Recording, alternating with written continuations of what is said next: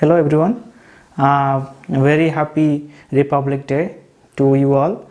And my name is Abhishek Panda, and I am here with our second webinar on electrostatic precipitator support structure design, which is mostly used as an industrial equipment to control the emission, the dust control, or you can say the pollution control and equipment. So this equipment is the most advanced equipment nowadays used in power plants, and also these many industries, taking from the refractories to the steel industries and to the power industries as well. So the ESP, as you have already heard, or you might be knowing that what ESP is, it is an electrostatic precipitator. That means it precipitates the dust or the fine particles from the flue gas. So the ESP has several components, and we have carried out several projects on the ESP structure for our clients. As a structural engineer or as a structural consulting firm, we generally deal with the substructure. That means the ESP structure that is supporting the ESP machine or the housing of the ESP. And we generally design below bearing, which is actually demonstrated in the webinar. But in one of our projects where the ESP got severely damaged due to the bad maintenance, and during the COVID period, the ESP manufacturer could not be contacted, who was actually outside of India. So in that case, we took the manufacturer drawing and generated a complete ESP by calculating entire load. That means the wind load and the temperature load and earthquake load, including the ESP electrode loads and the motor and pump and the rotating equipment loads. And we not only just designed the substructure, but also we designed the ESP core structure also. That part will be dealt with later, but for now, generally the structural engineers deal with the substructure or the design of the support structure of the ESP along with the foundation. That part is completely done in this webinar, and how it is done and how to read the bearings, because the bearing actually plays a very vital role in case of ESP, because the ESP is supported something like a bridge type structure where it is only fixed or pinned at 2 points and the other points are free to move or free to translate. That will be broadly elaborated in the webinar. Okay, so without further delay, since the webinar is going to be a long webinar, let us start the webinar. But my point is, please do not get bored, and if you do not understand anything, you may also write to us in the feedback form, so that I'll be clarifying the details if required. But thing is that ESP took around 2.5 months or approximately 3 months to design and to completely complete the package of the design. So we have tried to demonstrate many parts, though not all parts, but many parts of the design, which will be generating a brief view of ESP in your mind. Within just let us say 3 to 4 hours. So we expect that this will be a little bit, more let us say a rapid approach instead of a step-by-step approach, but you will be definitely getting the idea how to deal with the ESP structure or ESP like structure, which are actually simply supported or free type supported, and especially why ESP, because this is the most advanced equipment in current scenario for the pollution control. So let us start the webinar. Thank you. So after the introduction, I would not like to take further time. Let us directly come to the working principle of ESP. Before we go to an animated video, I would like to show you what is the basic working principle of ESP in a schematic diagram. As you can see in the board, the schematic diagram is there, where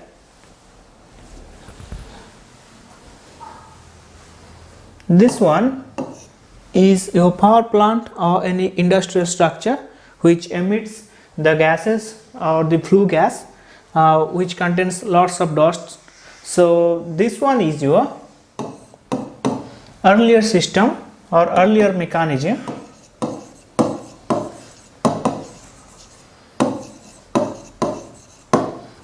where there was no ESP. Actually, the gas is not directly permitted to go to the chimney. There are several treatments are taken care of for reducing the emission. However, regarding the dust, there were no such mechanism available earlier, which is now available in form of ESP. So our schematic diagram is limited to only ESP based diagram only. That's why other treatment procedures are not elaborately shown here.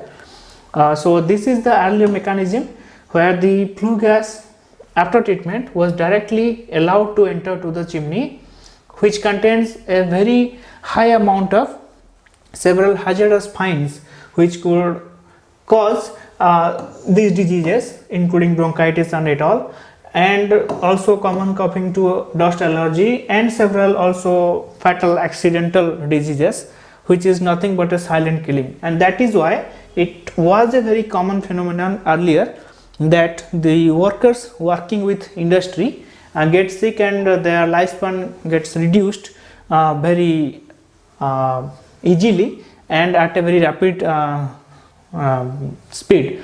So this condition is now up to a lot of extent is getting removed due to the addition of ESP. So in very brief, since we will be coming to animated video based presentation, so in a very brief I would like to mention here, this is the entrance of flue gas where flue gas gets into the ESP, and these are your cathode or positively charged your electrode. Actually here there is a screen like it is shown here. Okay, so it is positively charged, and here these are negatively charged. Okay, so the negatively charged system actually makes the air. Here the flue gas enters into the ESP, and the gas along with particle both enters inside the inlet. The inlet then disperses the gas in the ESP. Then due to the presence of high voltage charges here, the particles present here, the yellow marks represent your dust particles. The dust particles get ionized and they create certain charges around themselves, that is negative charge. And this process is called ionization, and the emittance of charges by the system is called corona. Okay, due to the presence of this system, that is the highly negatively charged system, the particles get ionized and they develop the ions around their periphery, and later they get attracted by the positively charged system here and stick to the screen inside. So later there is a presence of actuator system or any advanced method. Okay, so that just vibrates and puts the particles to be collected inside a hopper. It may be a single hopper or a multiple hoppers. Later from hopper through dust handling system, the particles gets collected and either they are reused or they are recycled. So in this method, finally you find the pure air instead of particle based or the pollutant based air. Now the pure air gets out through the chimney with no such risk of any issue to the health of the workers as well as the environment. Okay, so without further delay, this is only the skeletal part what I have explained. without further delay, let us come to the video presentation part, where we'll be presenting the animated video, which will be much more interesting, and I'll be explaining one by one points there also.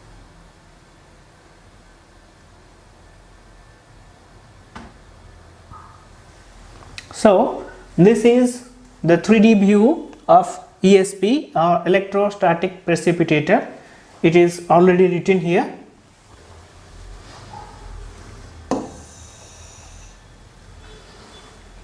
And this is the access layer or the access ladder, where I just move upward for maintenance and all sort of things. The hopper I was talking earlier, these are the hoppers. I'll be coming to the components as well as erection part one by one, and this is the system where the flue gets in. We'll be showing everything one by one, but one important thing is, here generally the ESP is supplied like this bare frame. The foundation part is not taken care of during its supply. The client always arranges their own foundation, where the ESP just gets installed. It is not always like a rod foundation. It may be single isolated foundation as well, like this also, with pedestals.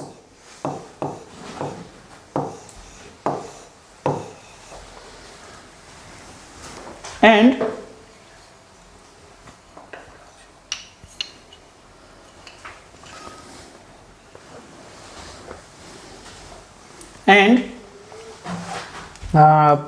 the other parts, the superstructure parts will be shown in details. Also the foundation part will be shown later, how to analyze it, but in the animated video it is only limited to the superstructure part of ESP. Okay, so let us remove it from the screen and move forward. So this is the chimney I earlier drawn, and this is what the video is showing.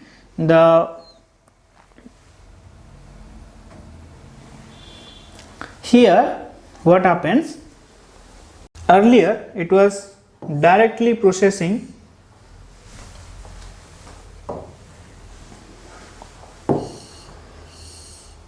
from plant to chimney, but now the ESP is installed in between, and the gas is processed to the chimney through the ESP.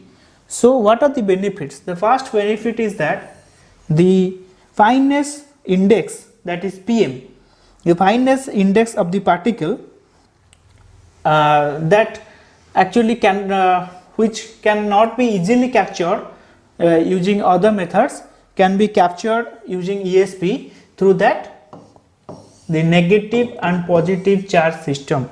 Due to introduction of this cathode and anode charge system, we generally capture the finest of the particle of the range 2.5 also. Actually depends upon the ESP supplier also and the cost of ESP, but since we are talking about the overall mechanism of ESP, the ESP can capture up to PM 2.5 level dust as well. Next it says the efficiency. The efficiency is 99.9%. Okay, it is showing greater than 99.9% as well. That means the emitted pollutants in form of fine dust and fine particles, 99.9% particles gets captured. The efficiency of any machine is generally what? The efficiency is measured in form of the work output for which the machine is designed. So it can capture more than 99.9% dust particles. So you can imagine how efficient it is. Next comes your emission level. The emission level, it brings the emission level to less than 10 mg per NMQ also. This one actually, if you can go through your pollution test of your vehicle, the emission level of very high emission level range is mentioned there. 10 mg per NQ 10 mg per nmq is the emission level of a very normal, you may say, your day-to-day use type. Even when you sweep, I mean when you sweep your houses, also there the emission level is more than 20 or 30. So here it brings it down to less than 10 mg per nmq. That means you can imagine how efficient it is. So in the ESP, that let us say it is emitting 8 mg per nmq, that is again dispersed through the chimney in a very larger area where less than even 0.001 nmq or less than that is getting exposed. Okay, so you can imagine that how efficient it is. We have a ESP and followed by the chimney system. So all the credit goes to ESP by lowering it to less than 10 mg per nmq. Next is the efficiency. After the efficiency and the emission rate, it comes the pressure at which it works. It can work with less than 20 millimeter of water column pressure. It can work with less than 20 millimeter of water column pressure. Okay, so now this is the principle of ESP, where these are the negatively charged particles and these are the positively charged particles or electrodes. These are actually electrodes. So this spark you see here, these are called electric field, electrostatic field, better to say electrostatic field. So as I have already explained earlier, when these particles gets through the electrostatic field, they get ionized with negatively charged. So it is obvious that they gets attracted towards the positively charged system. Okay,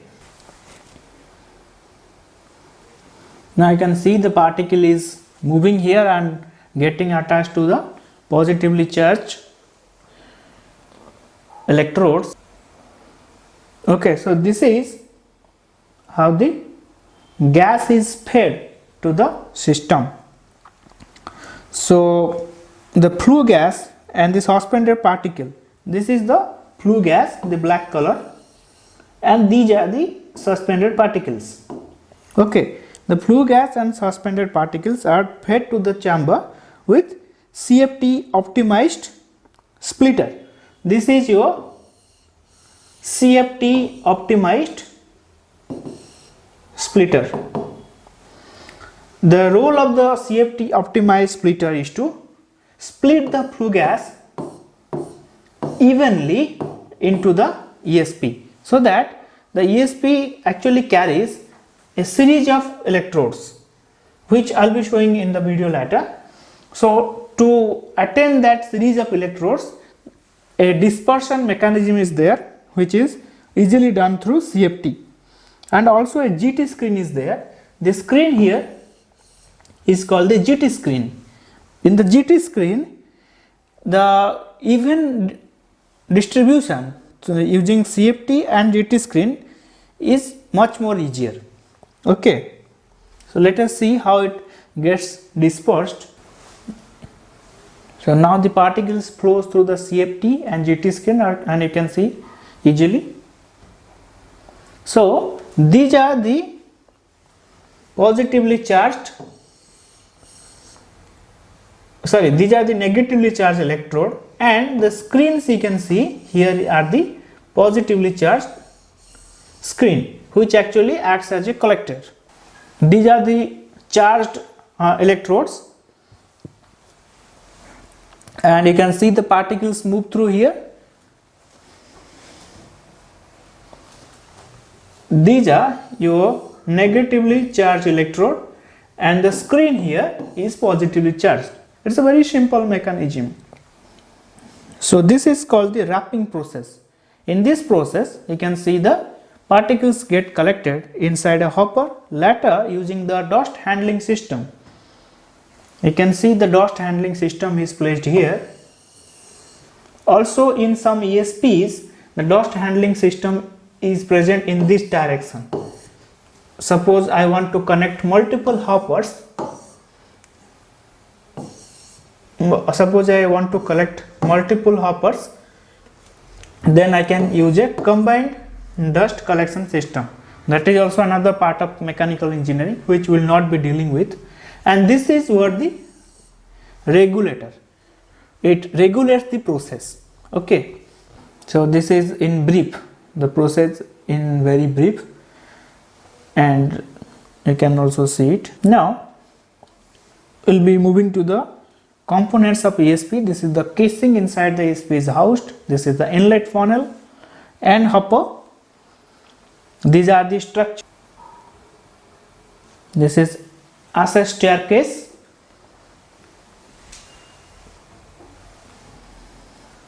This is the maintenance platform. This is the safety handrails, maintenance access doors, the slide gates.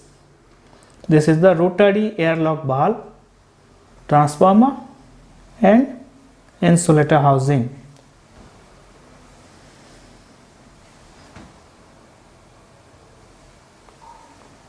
There is the splitter, gas distribution screen.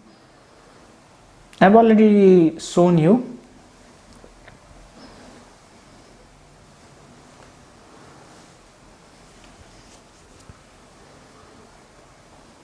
These are mostly dealt with by mechanical people. And here comes the maintenance.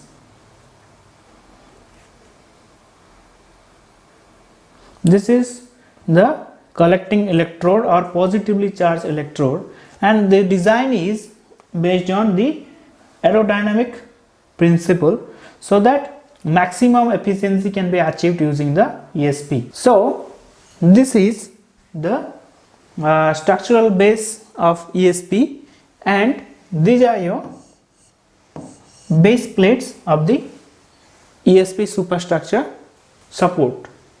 But as a structural engineer, you need not only concern about the base plate, you also have to be concerned about the foundation system, because ultimately they will rest on a foundation or a pedestal. So that pedestal is called the substructure. This is the structural base for your superstructure. Now that pedestal is the base for your substructure. Later the substructure is also connected to a foundation system.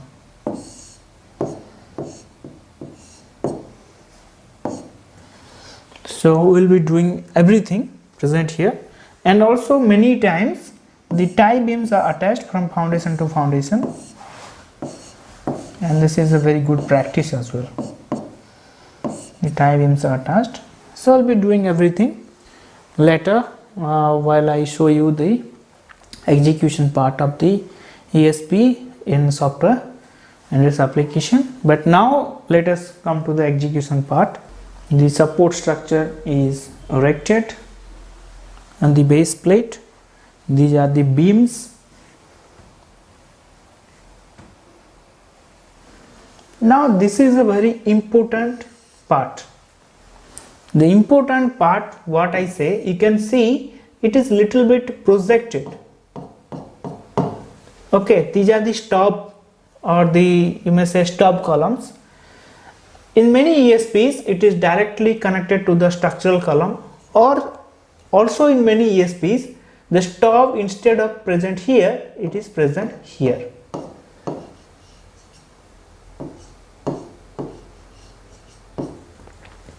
We have analyzed and designed two types of ESP for our many clients, but thing is that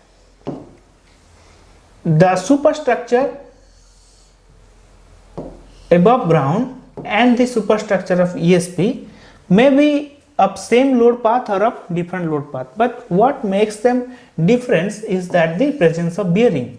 You can see here it is a square or rectangular bearing is present on which your entire ESP is supported. Okay, so the role of bearing is to isolate. You must have heard the name base isolation. What is base isolation? There you can find it is something like the bearing is something like a neoprene pad. Okay, so where there are several layers of steel and column is present, so this acts as a damper, also as a isolated system. It least damper because damping mechanism is very less, but thing is that internal damping takes place, that is why it acts as a isolator. So our point is the base isolation technique or the bearings are installed on the below the stops, the base of stop columns, where the ESP superstructure is erected. So what generally happens, the manufacturer provides us the load, I mean us means the structural engineer, the load at the bearing level, because ESP is subjected to many types of loads including vibration as well as thermal loads. However, these loads are not getting shifted to the structure supporting the ESP due to presence of the isolation system in forms of bearing. And it's not like all the points are free to move. I'll be giving you a brief idea on the bearing later, but for now just keep it in mind that this bearing system will be coming later, and how the bearing looks like and how and in what place it is installed. So let us move forward. These are the braces,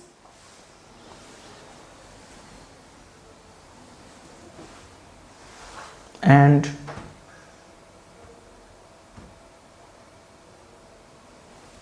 these are the access platform to different levels. If you have single level here, you may provide the direct access. If you have internal levels, you may provide internal access platforms as well.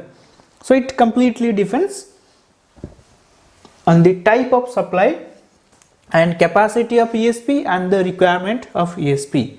And also, as you can see, there are hollow bracing, I mean the solid bracing or circular bracings are there. It might be hollow, it might be solid, it might be circular, square, or even angle channel based.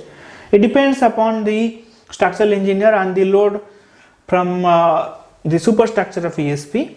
We'll be dealing with this part later, but only just have an idea on how the ESP is getting erected. So this is the casing part that will be installed.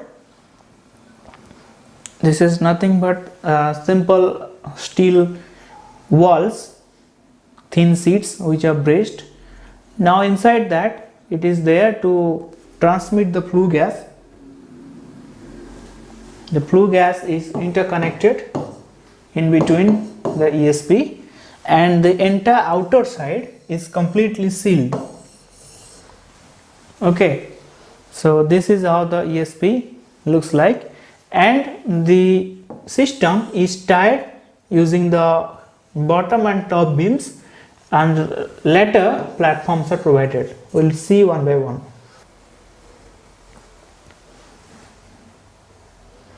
These are further bracing, and these are the intermediate frames on which your cathode and anodes are supported, also the top platform. Next come to a hopper which is hung below the supporting frame to collect the dust particles that comes out of ESP. Inlet outlet nozzle, and this is what we have already discussed. So this is the GT screen, and this one is the CFT optimized splitter. That I mean, when the gas enters here, the first the gas gets splitted, and the GT screen also helps in processing the gas evenly to each chamber of the ESP. There might be two nozzles here as per the requirement. If it is a big ESP, there might be two nozzles. These are the maintenance access walkways. Next comes your DE system of steady frame.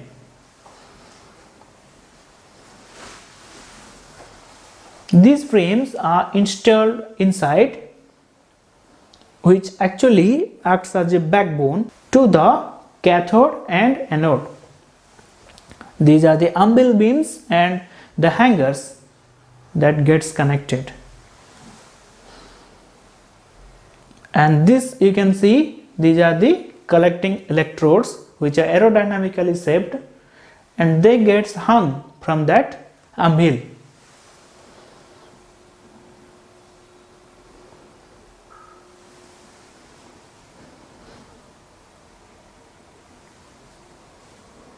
Your next comes your DE frame support system. That means how the frames are getting supported, and the electrodes are installed in between the collecting frame.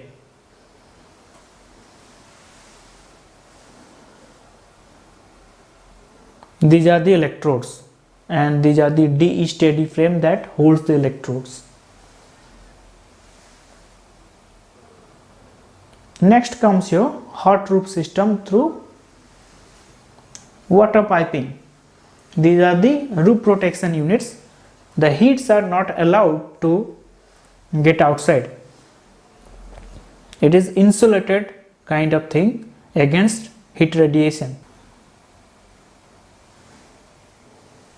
These are the mounts, and it is anchored through that plate.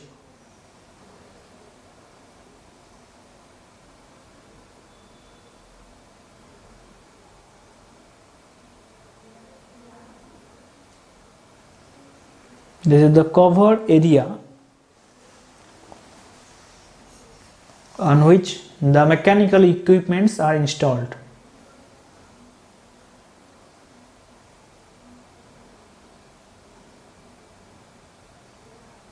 They are generally of truss type or PV type, pre-engineer building type.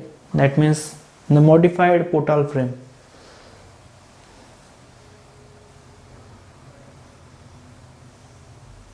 Further, on the roof, the rectifier and the bus bar system are installed. The monorails are installed to carry the equipments from here to there. This is optional. Next is called lagging, which is nothing but a complete outer peripheral ceiling. So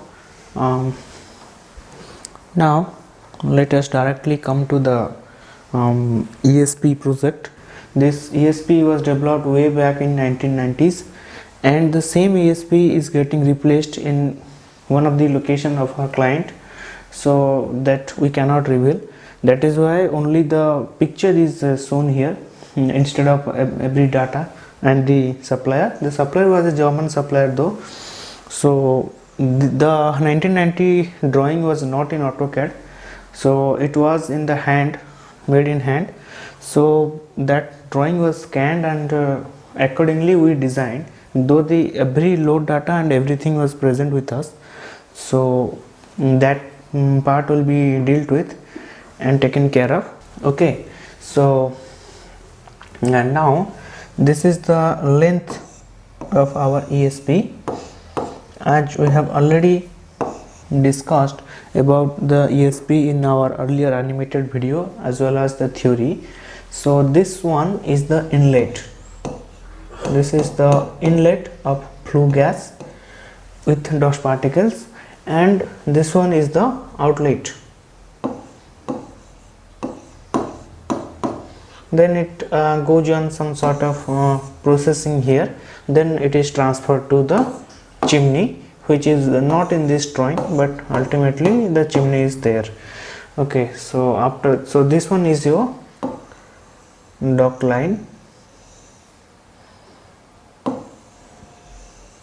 this one is your process area, and then from process area the flue gas gets to the chimney, and it gets out to the air.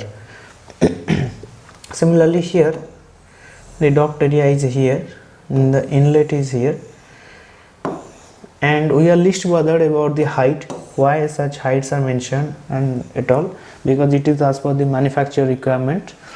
So but the concept should be clear, and in this concept you can see This is the ground level, below which you have your foundation. These are the pedestal and then foundation. The depth of foundation I'll be covering later, but the depth of foundation is, this one is 4 meter, and since it is a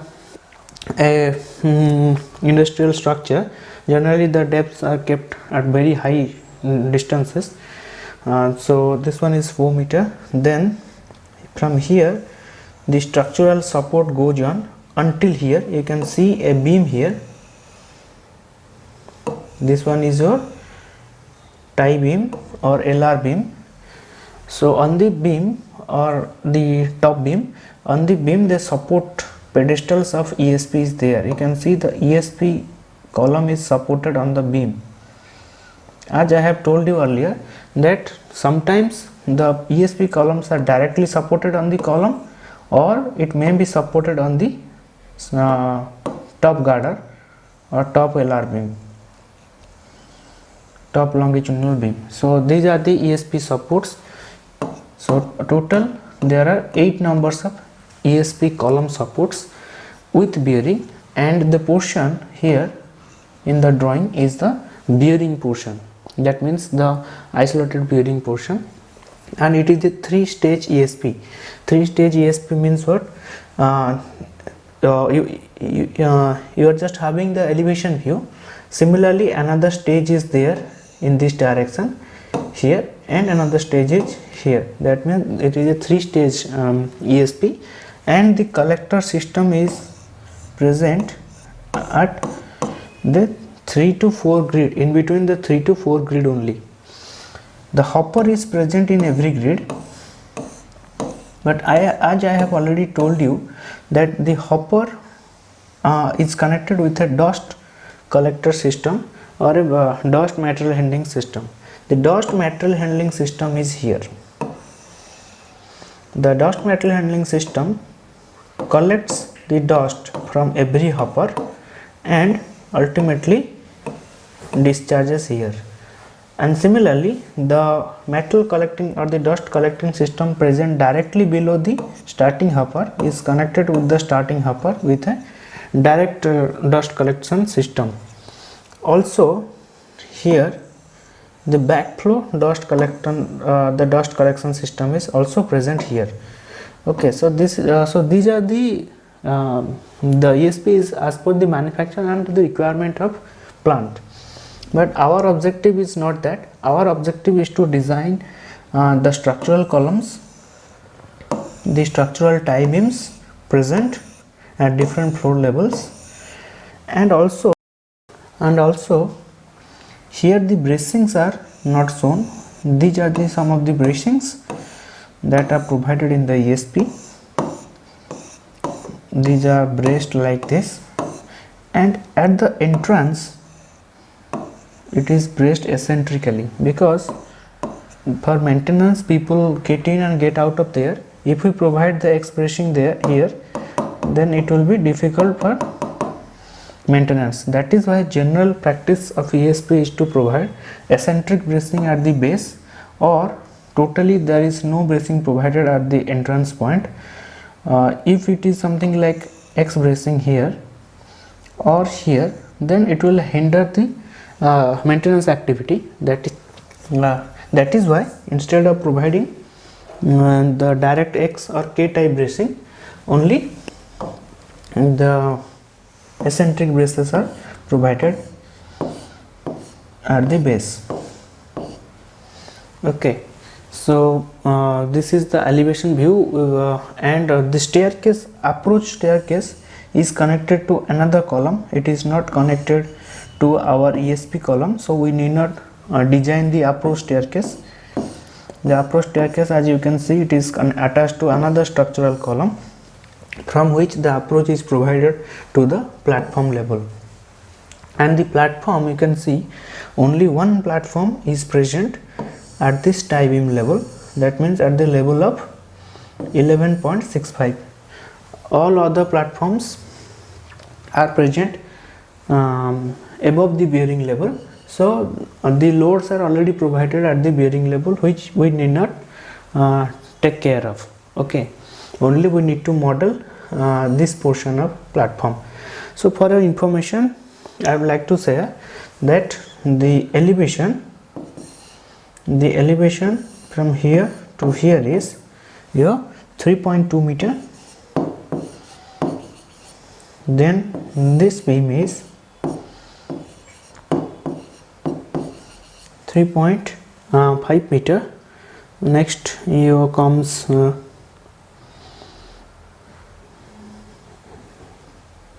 this one is 3.3 meter. Next comes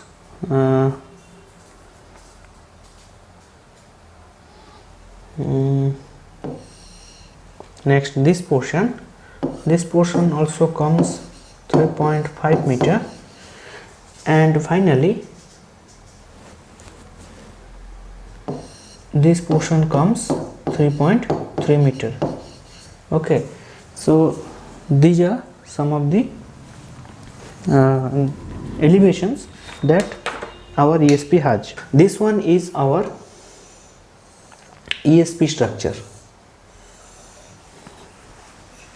This one is our ESP structure, and above ESP structure the equipment portion is there.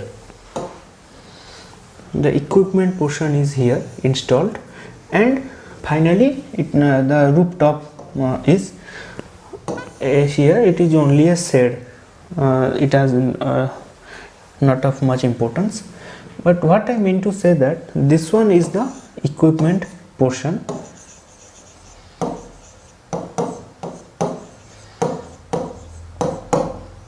This one is your equipment portion, where the equipment loading is there. Like we have already shown you what are basically the equipments. The motors, the transformers, etc. are mounted on the rooftop, and the ESP operation, that means entrance of flow gas is here, then electrodes are here, positive and negative both. Then when the dust is collected, it is directly collected inside the hopper. The hopper also we need not design, because the hopper is directly hung from here, which is nothing but above the bearing. So the entire load data is actually provided by the manufacturer to us. So ultimately what you need to remember, I mean while designing, only you need to remember that the bottom braces are here, then followed by the top X braces. Some people also go for this type bracing, okay, or it's like from here to here also they may go. That depends upon the choice of the structural engineer and also economy of the project overall. We generally choose the X type bracing. So this one is in, followed by here in point, and this one is your out point. Okay, so this one is the rooftop, and this is a more better view of the ESP structure. As you can see that here these are the ESP columns. They are directly supported on the main girder or the top girder. Also here also, so there are total 8 numbers of columns per frame. It is 8 numbers, and totally in the entire structure there are 3 frames, so it is 24 columns of ESP. For entire ESP superstructure support is there. Okay, and these are your hoppers. These are your hoppers, and these are RMB for metal handling system, and the material is collected through this tube and it is deposited in the dust handling system. The load data of the bearing provided by manufacturer. So this is the drawing. You can have it in mind that you can see it here, that our structural column is present at this location. our structural column is present at this location.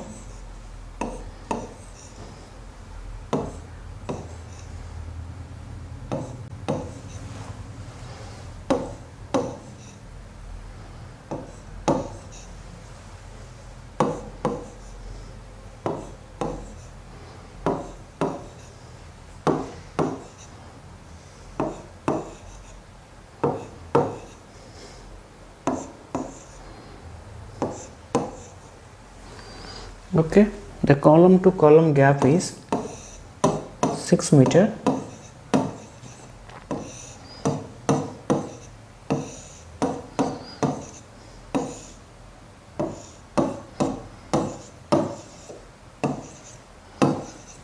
And in this direction it is 5 meters.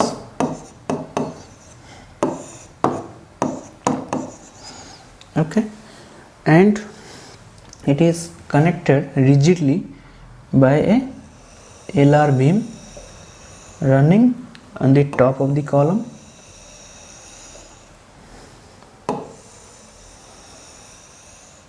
on which the ESP pedestals are installed. These are ESP pedestals.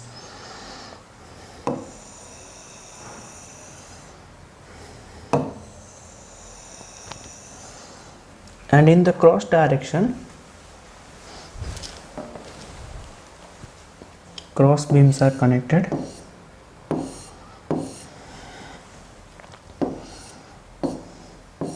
These cross beams only act as tie member.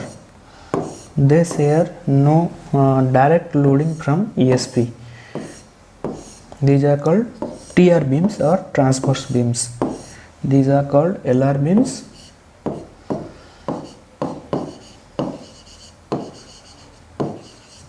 And these are called TR beam.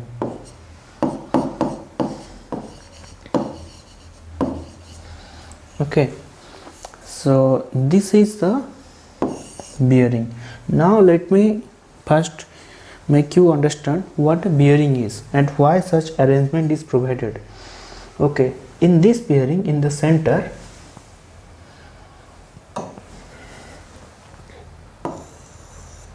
this is called the fixed point.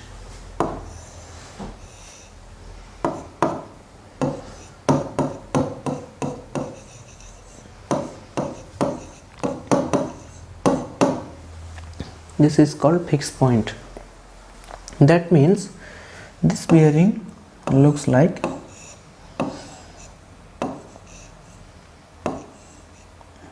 the presentation of this bearing is like this.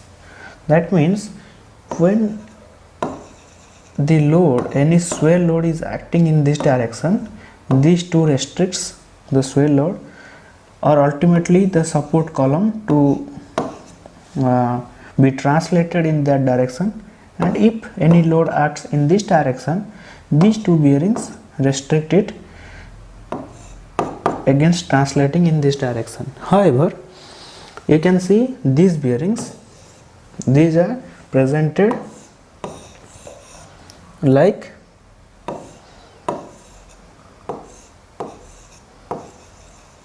this. That means when the load along x direction, this one is x, and as per the notification by manufacturer, this one is x and this one is y, and the axis perpendicular to board is z. So when if you find such bearing, that means this bearing only prevents the translation in x direction, it is denied. But when you provide any force in y direction, then the translation is allowed. That means this bearing has no restriction against the translation in y direction. This bearing is presented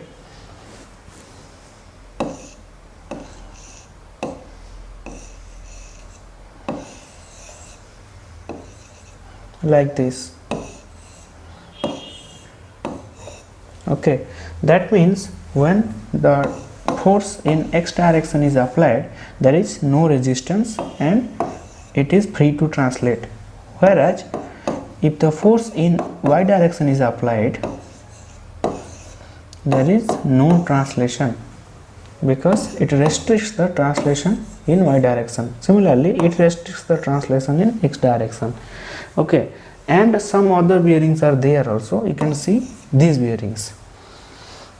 This bearing is simple bearing, like you see in your bridges. Simple bearing. Here translation in x and translation in y both are allowed. It restricts, it actually does not restrict any translation. The concept behind this is that since the ESP is supported on a structure, it is supported on a structure,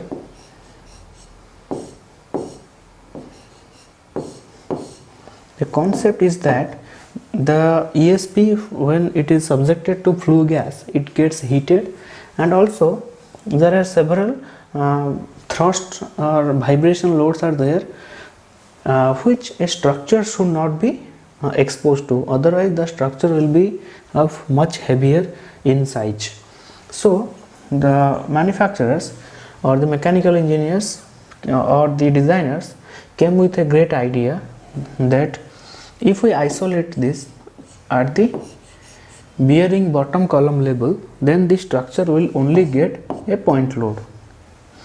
Okay, so it will be, so the structure supporting the ESP will be of very light in nature.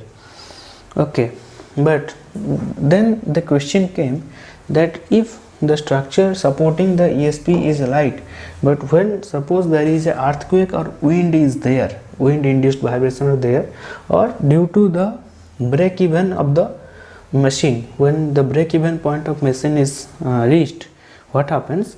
The machine vibrates at a amplitude, at an amplitude of 5 to 10 times more than the normal amplitude of vibration.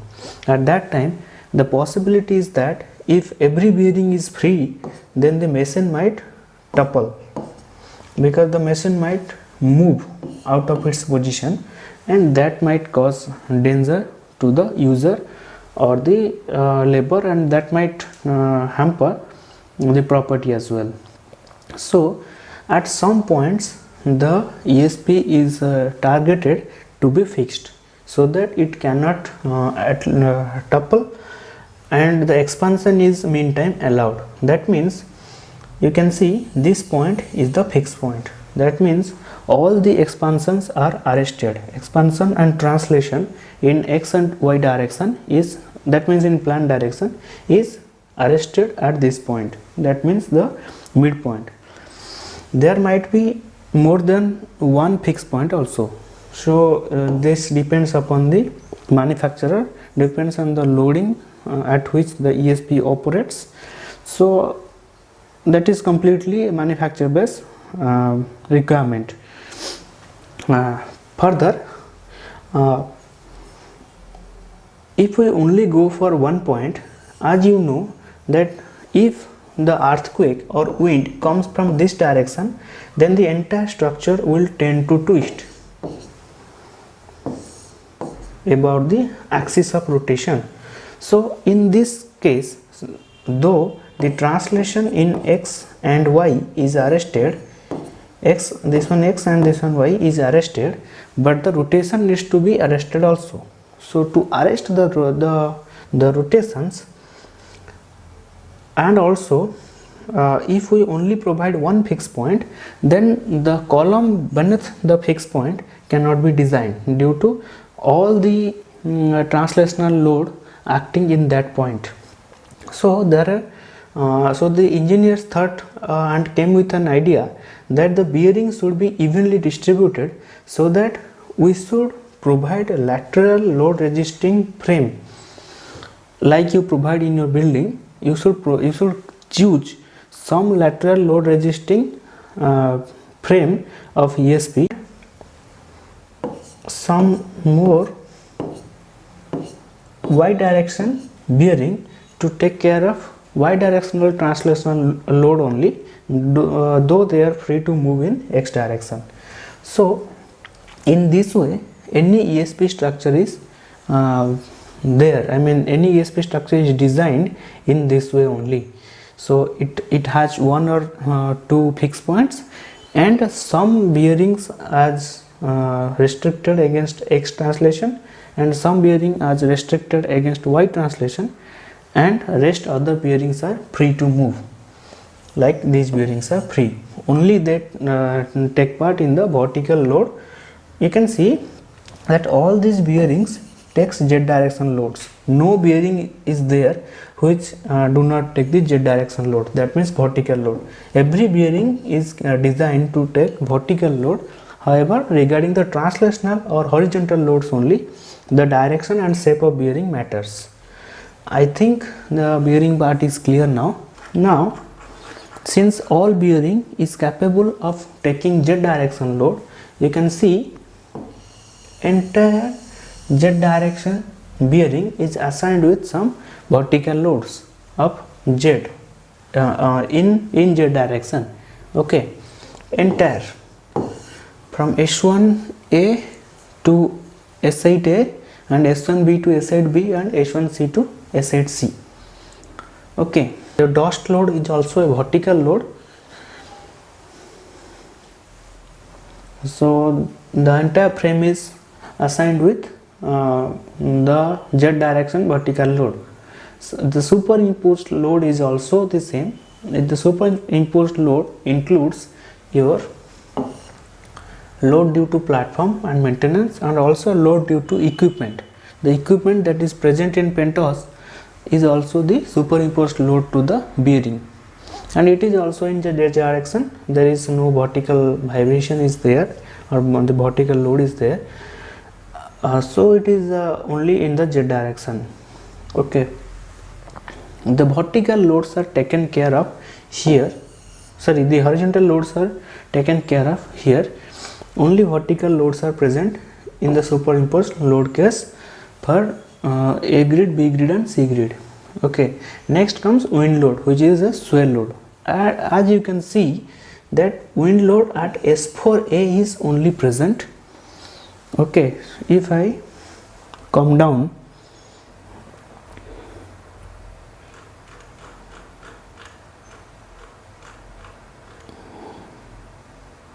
S4A is the fixed point. Okay,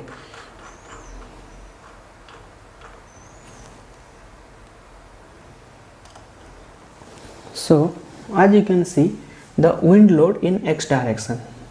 Okay, wind load in the X direction is arrested at S4A, next your S4B and next your S4C. Okay, I have already shown you that this one is your fixed point. That means it can arrest in X direction and Y direction, both direction loads. But these two grids are provided to arrest the X direction movement or X direction translational load. All other bearings cannot take the X direction translational load. That is why you find S4A, S4B and S4C to take the X direction sway loads only. Okay, however, if we again come here, you can see the vertical, these are the sway loads. You can see the vertical loads are also there. These are the vertical loads, and also you can mark that if first three grids are your uplift, first four grids are your uplift, then next four grids are your compression. In all the cases, if it is uplift, then it is compression. If it uplift, it is compression. Then why it is so? If I come to the plan, here the first four grids, then the next four grids. Okay, when the wind force comes here, if I take the elevation like this, a very small elevation I am immediately doing. Okay, and the ESP is mounted here. Just think as this is the height of ESP and wind load acts from here. Then what happens? The ESP tries to topple like this, it tries to rotate or topple. So during that process, what happens? This column, this column, this column and this column tries to get uplift, and your neutral axis is here. This is the neutral axis. So if these are trying to uplift, obviously the reaction at the other side will be downward. That means compression. Only that way the system can be made stable. Okay, so this is the basic fundamental of operation, and this is what strength of material is there. So I need not explain much, only just if one part is getting uplifted, the counterpart must settle below or must be in compression to have the system in equilibrium along with the moment, and the moment is effectively taken care at the fixed point level. This one is the fixed point level. Okay, so the horizontal forces are taken care only at the bearing level along with fixed point, moment at fixed point, and the topple load. That means if part is uplift, then rest part is in compression. And remember, it is not the fixed support, it is named as fixed point, but it is a pinned type. So since it is pinned, I mean it is, the arrangement is such that the structure is pin type.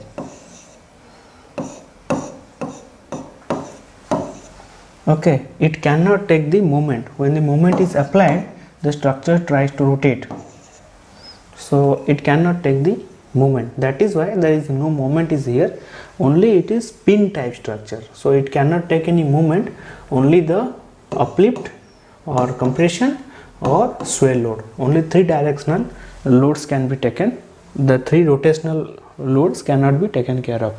Okay, so wind X is now completed, and very similarly wind Y is just reverse of X, need not explain it again. Now we come to your wind Y, sorry, the wind X minus is reverse of X plus. Now wind Y plus, as you can see, the wind Y plus,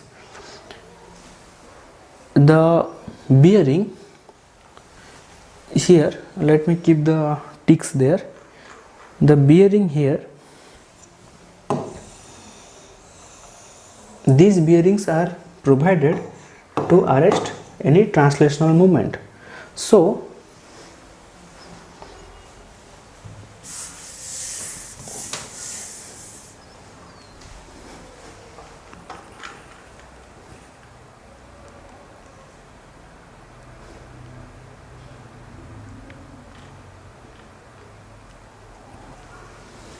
you can see that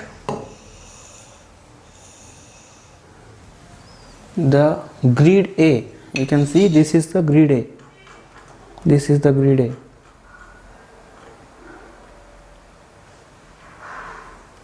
The grid A is provided with the sway loads only. There is no sway load in grid B or grid C, it is blank, because you can see this is the grid C visible here. You can see there is no bearing of this shape in nature. This bearing is this shape in nature. It cannot take the Y direction load.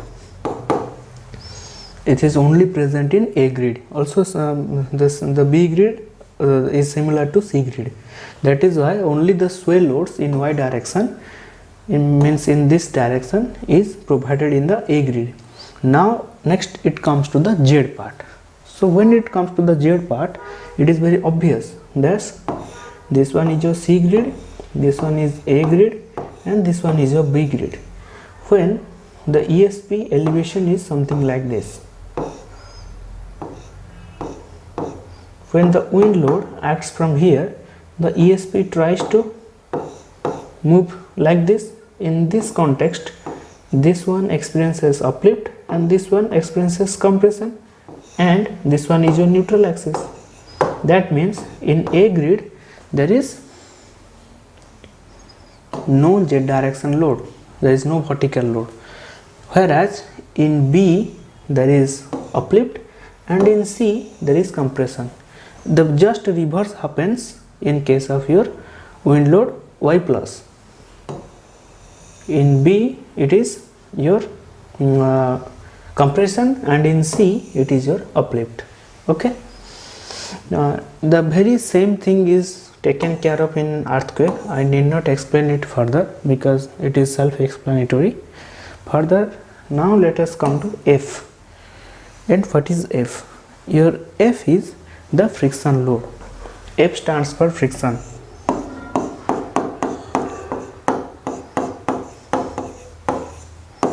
Friction. As you can see, the bearings provided, let me remove some of them.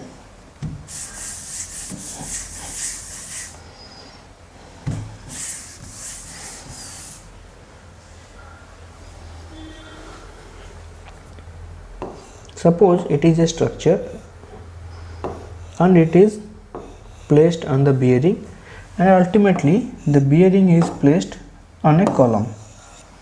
Okay, when this structure has a vertical weight N, and when this structure is subjected to any sway load, this bearing may be a free bearing, but inherent friction is always there. Okay, the friction F is mu times N, where mu is the coefficient of friction. This is the basic science. Okay, so since the structure is having some compressive load on the bearing, obviously when suppose this load is 100 kilonewton, suppose, and this mu is 0.3, that means obviously the translational resistance, maybe this bearing is not intended to be resisting any translational bearing like this bearing, and this is simply a vertical resistance bearing or free bearing, but by the nature of the material, by the nature of natural force and the natural system on which the science acts or the nature acts, is that it has some inherent resistance in the opposite direction of the applied translational load, and that force is how much? It is 0.3 into 100, that means how much? It is 30 kilonewton. So suppose I apply 100 kilonewton horizontal load is here, then only the 70 kilonewton load will be passed further. The 30 kilonewton load will be arrested at this bearing due to the coefficient of friction times the axial load. Okay, so that is why frictional loads are generated here, here and here, and due to that frictional load also, as I have already explained, for wind and earthquake, when there is a horizontal load, one portion tries to uplift and another portion tries to compress. Similarly,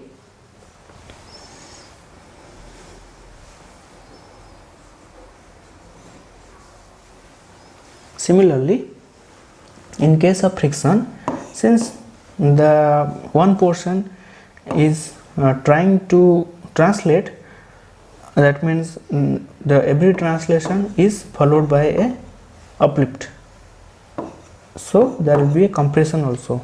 That is why in the B there is uplift and in the C, in the B there is compression and in the C there is uplift. Okay, and A being the neutral axis, there is no meaning of any uplift or compression. Next thing is that why in Y, why not in X direction? Okay, if I remove this, now in the plan, the flue gas enters from here this one is your in and this one is your out. Okay, so obviously these arrow are provided to show the expansion contraction. Okay, that expansion contraction is caused due to the high temperature. Due to the high temperature, the entire ESP structure that is constructed on the bearing tries to expand and contract. In that regard, only the translational forces, which are nothing but the friction forces, these are generated. So when it expands and contracts in x direction, then only the A grid experiences the force. But when it comes to the y direction, it is not like the A grid. The grid A does not experience, it experiences. Suppose how it experiences, but it is nullified here. How? Suppose at C grid a 10 kN load is towards inside due to this stretch. So at the same time at B grid the same 10 kN will be here due to this stretch. And if I assume that since this one is your y direction, this one is plus and this one is minus, to counteract this, obviously the A grid will provide this 10 kN here and this 10 kN here.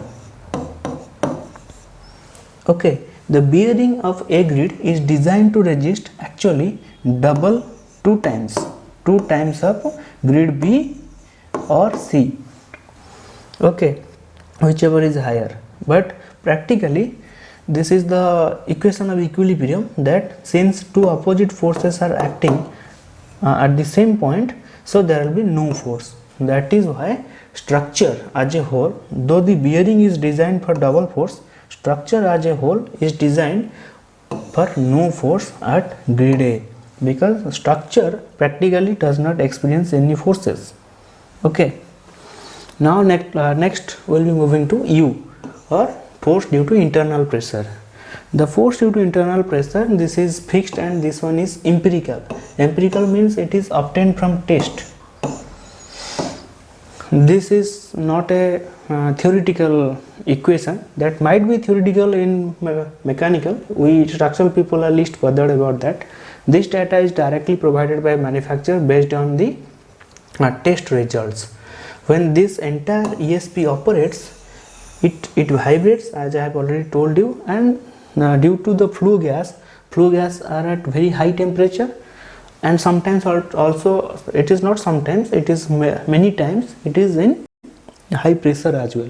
Due to the pressure, internal pressures are generated, and due to several other phenomena also internal pressures are generated, and that internal pressure acts basically at corners. That means these corner grids are affected. Okay, so these are the internal pressure values for A, B, C grid. We need to only take care the internal pressure values. They are important for corners and ends. These are the forces, these are the place where U acts, internal pressure acts. Okay, so I hope I have explained the forces in a much better way, or not. If not, then you can also ask me in the Q&A session. Now I hope the bearing, up to bearing we are clear. Okay, so here we have completed up to the bearing level, that means up to this level. Manufacturer will provide us the point loads here, here, here. The data sheet I have shown you, there the point loads are there. These point loads represent the load at this point, but again you have got the load up to this, but entire structure is also will be affected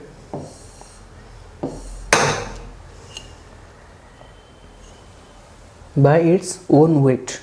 That means self weight of column, beam, your bracings, also the platform present here.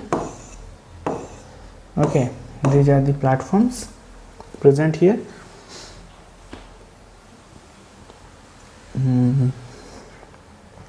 Next, your dust handling system present here, and also the earthquake and wind forces. Earthquake and wind forces. These are the extra loads to be taken care of apart from the ESP bearing load. So before proceeding to the hand calculation or manual calculation, I would like to briefly explain. We'll be considering the dead load in form of self weight here to take the self weight of entire structure, then the live load for this access platform.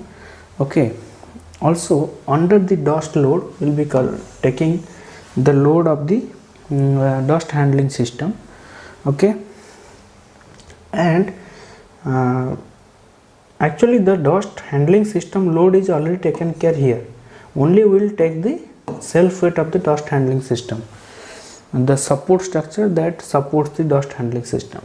Okay, next we will be taking the earthquake. Earthquake is the fraction of the top structure and bottom structure. The earthquake horizontal force is already provided at bearing level, so we will only consider the lump mass of this portion. Only consider the lump mass of this portion as a structural earthquake force along with the axial load in form of earthquake at bearing level from the load data. Okay, so we'll be providing two forces under earthquake force, that is one structural earthquake force which is generated by the software, followed by the direct application of point load in form of earthquake load at bearing height. Then you comes your wind load. The entire wind load, the structure is present in interior area. The wind velocity, the basic wind speed is 39 meter per second. I cannot reveal the location, but the wind speed is 39 meter per second. Taking 39 meter per second, this ESP wind load is already provided at bearing level. We only need to take the structural wind load at this part.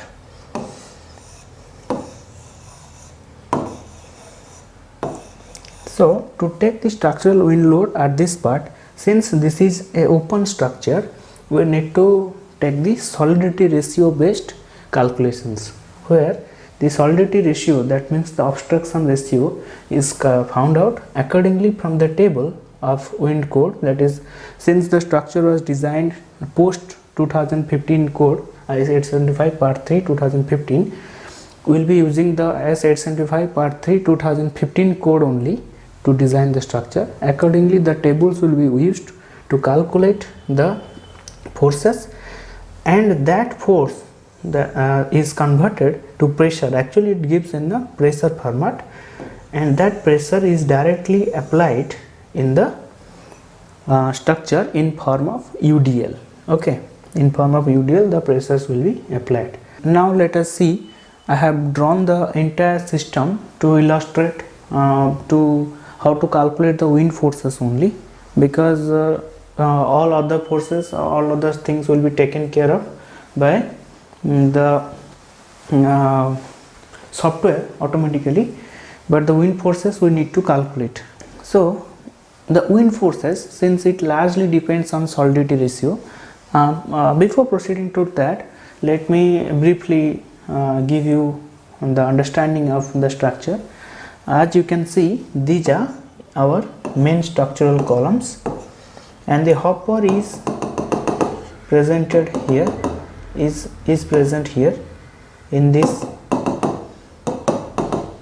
bay, but actually since the hopper is directly hung from the bearing, so we need not take the any translation load due to hopper on the structure. We will be directly keeping the hopper load or the dust load on the bearing, but the hoppers are there. Why I am saying, because it will affect the solidity ratio.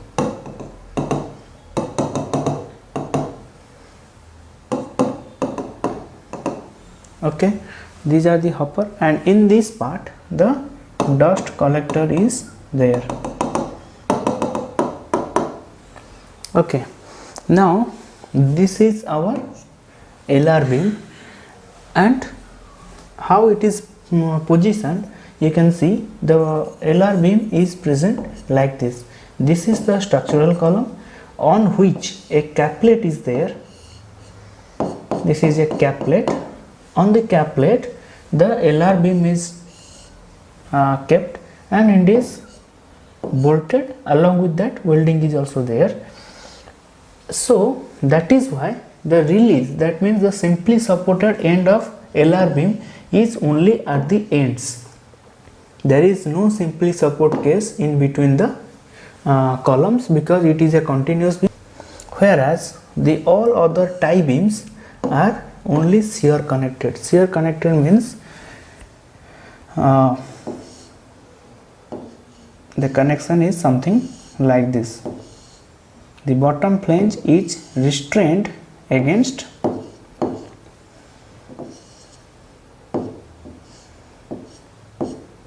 the top flange is restrained against rotation, so only it is connected through wave. So both the tie beams are provided with release. These are called the release or moment release. I think you are clear about the moment release. It is present in any software as well as in a standard structural theory. You can find the release is something that it cannot take the moment, or hinge. You might term it as hinge. So it is only here to take the x and y and z direction forces, but no moment. Okay. So next is that the arrangement. The arrangement is such that the main LR beam is rested on the column through this cap plate.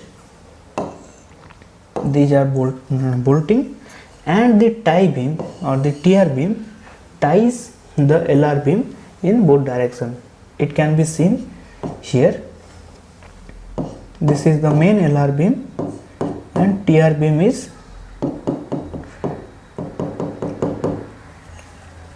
only the tie beam.